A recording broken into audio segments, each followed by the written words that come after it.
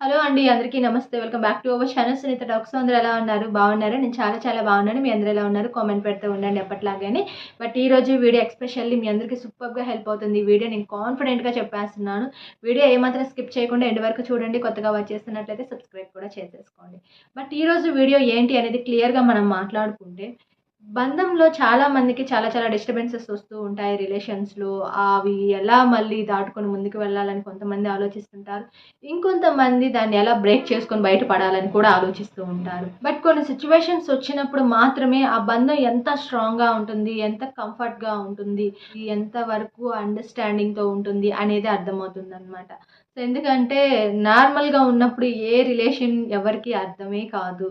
But ఒక problem వచ్చినప్పుడు మాత్రమే ఆ బంధం ఏంటి అనేది అర్థమవుతుంది. అలా అర్థం అవ్వటానికే అలాంటి ప్రాబ్లమ్స్ కూడా వస్తూ ఉంటాయి చెప్పాలి అంటే.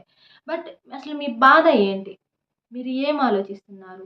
అసలు మీ పెయిన్ ఏంటి అనేది మన అనుకున్న వాళ్ళ దగ్గర కూడా మనం చెప్పుకోలేకపోతే అది చాలా పెద్ద నరకం అనమాట.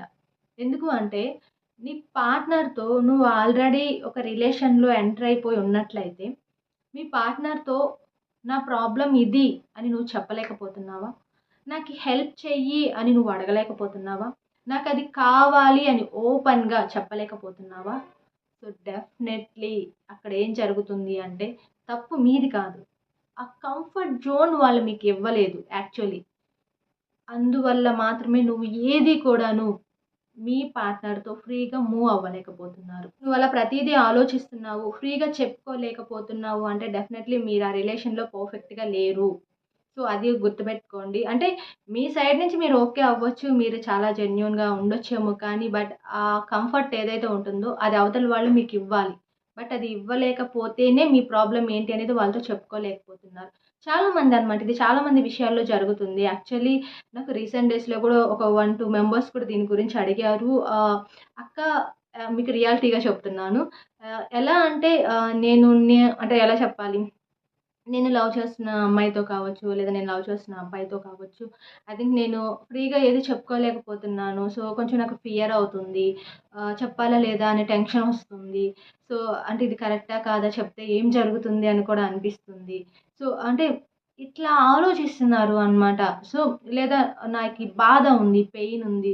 అది నేను తనతో చెప్పాలి అనుకున్నా కూడా చెప్పలేకపోతున్నాను. ఇట్లాంటివి అడుగుతున్నారు అనమాట. యాక్చువల్లీ రీసెంట్ డేస్‌లో అడుగుతున్నారు. 2, 3 మెంబర్స్ అడిగారు.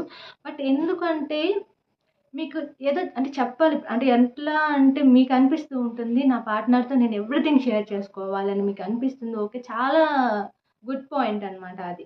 కానీ మీరది చెప్పాలి అనుకున్నా మీరు చెప్పలేకపోతున్నారు అంటే పార్ట్నర్ మీకంత కంఫర్ట్ ఇవ్వలేదు అనమాట.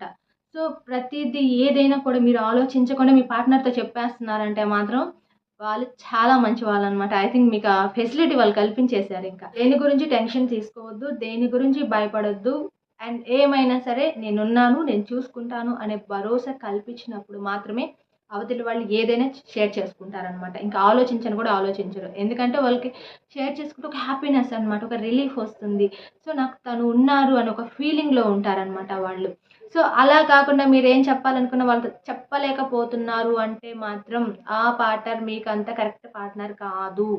లేదా మీరింకా వాళ్ళని అర్థం చేసుకోవాలేమో, ఇంకా ట్రావెల్ చేయాలేమో, ఇంకా సమయం పడుతుందేమో. బట్ కాదు మేమొక 5 ఇయర్స్ నుంచి, 6 ఇయర్స్ నుంచి, 3 ఇయర్స్ నుంచి మేము ఆల్రెడీ రిలేషన్‌షిప్‌లో మెయింటైన్ చేస్తున్నాము. అయినా కూడా ఇప్పటికి నేను తనతో ఓపెన్‌గా ఉండలేకపోతున్నాను అని అనిపిస్తే మాత్రం మీకు ఆ రిలేషన్ కరెక్ట్ కానే కాదనమాట.